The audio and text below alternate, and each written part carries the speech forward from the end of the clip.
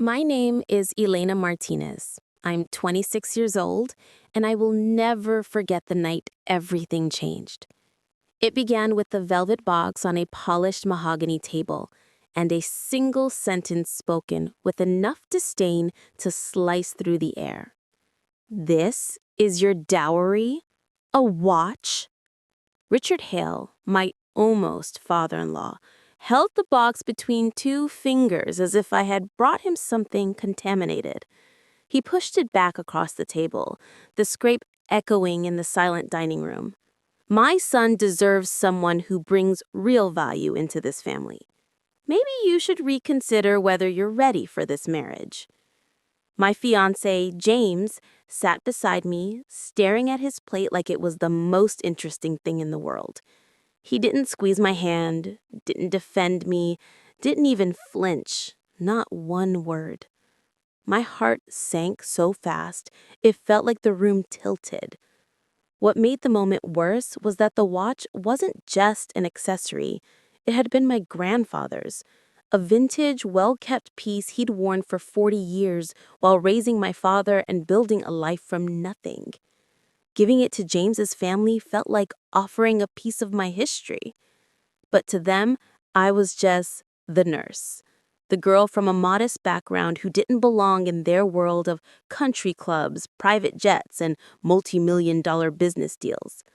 I work as a pediatric nurse at St. Mark's Children's Hospital.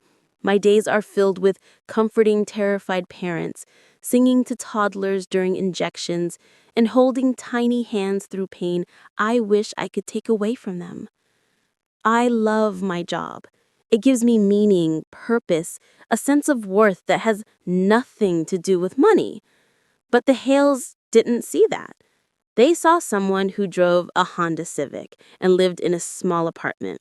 Someone without a portfolio, a trust fund, or a powerful family name. They looked at me and saw less. When James and I met 8 months ago at a charity fundraiser for childhood cancer, he seemed different from the people around him. Humble, gentle, interested in my work. I didn't know then how deeply his family's approval controlled him. For the formal introduction dinner, I spent hours picking the right outfit. A simple beige dress, elegant but modest. I rehearsed polite answers in my head, wanting to show them respect. When Patricia, his mother, greeted me, she barely masked her disinterest. "Oh, you're the nurse." As if I told her I cleaned sewers. How noble. Then at the table, Richard immediately began firing off questions. "Tell us about your family's business ventures, investments, property." When I said I didn't have any, that I was saving, and most of my spare money went to charity work with my father, his eyebrows shot up. "What exactly are you bringing to this marriage financially?" That was the moment the watch came out. That was the moment he laughed. That was the moment I realized I didn't just not belong, I wasn't welcome. The next week, James invited me to a cafe. He didn't order for me like he usually did, didn't sit close. He slid a stack of papers across the table. A prenup. Not a normal, fair prenup. No. This one stripped me of any rights. If the marriage ended, I would leave with nothing. Any future children's inheritance would be controlled by his parents. I would have no access to any family assets. "It protects both of us," James said weakly, unable to meet my eyes. "You showed this to your parents, didn't you?" I asked. He didn't deny it. "My dad said you'd be difficult about it." Difficult? That word tasted bitter. I walked out of the cafe with my chest tight, the weight of reality sinking in. The man I loved was no longer standing beside me. He was standing behind his parents, letting them pull the strings. Things only got worse. James's sister had an engagement party I wasn't invited to. "You can come as my +1, but not as my fiancé."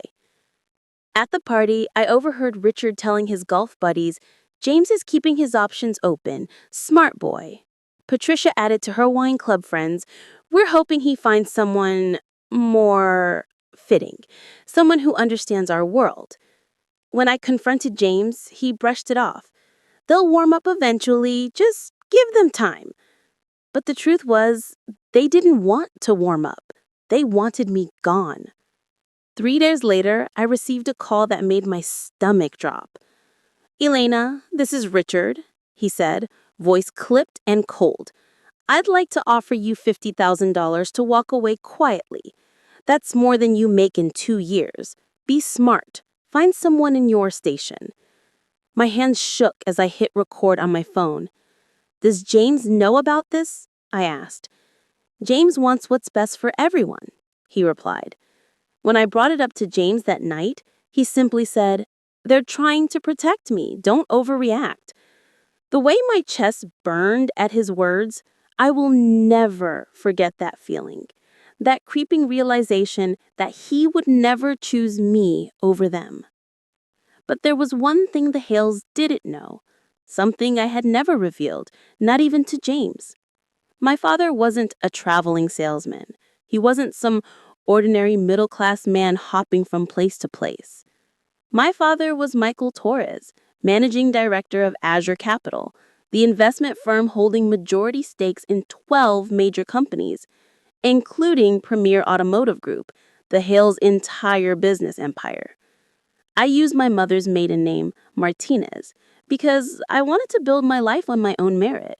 I never wanted people treating me differently because of who my dad was. My father respected that. He stayed in the background. But when he called from Singapore and asked how the wedding planning was going, I broke. "It's complicated," I told him. "Then I'll fly in. We'll talk." For the first time, I told him everything. Every insult, every humiliation, every time James had stood silently while his parents crushed my dignity. 2 days before the dinner I arranged, Richard sent a cease and desist letter accusing me of harassing James and demanding that I accept the buyout or face legal consequences. Their desperation was stunning. The night of the meeting, I wore a navy blue dress that Maria, my best friend, said I looked like the woman who wins. My father arrived straight from the airport, tired but protective. We booked a private dining room at the Ritz. When the Hales walked in, Richard's arrogance filled the whole space. "So you're the traveling father," he said, dismissively. My father stood, extended his hand, and said calmly, "Michael Torres, Azure Capital." Patricia dropped her purse. James blinked like he'd been punched. Richard went still, then pale. My father continued, "We hold your company's primary business loan. Renewal is next month." You could hear a pin drop. I pressed play on my phone. Richard's recorded voice filled the room. $50,000 to walk away quietly. Patricia gasped. James sank into his chair. "You tried to pay off my daughter?" my father asked softly. "You treated her like she was beneath you?"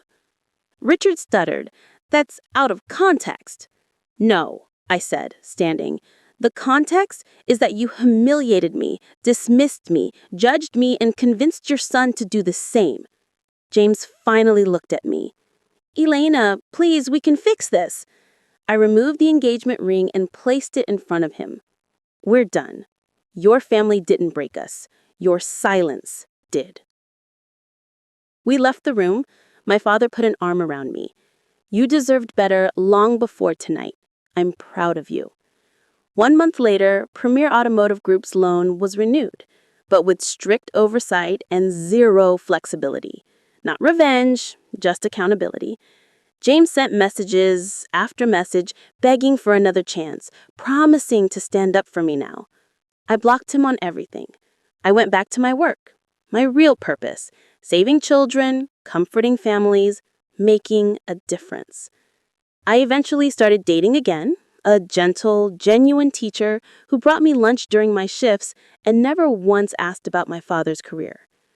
2 months later, I saw Patricia at a charity gala. She couldn't meet my eyes. People whispered that James was now engaged to Jessica, the woman Richard approved of.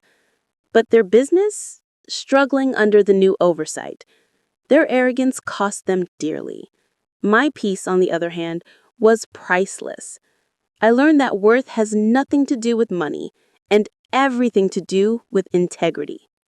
If you've ever been underestimated or humiliated by people who thought they were above you, hear this. Your value is not determined by their standards. It is determined by your character, your kindness, and the way you rise again when someone tries to break you. That is my story, and if you've ever stood up to betrayal, I hope it reminds you of your strength.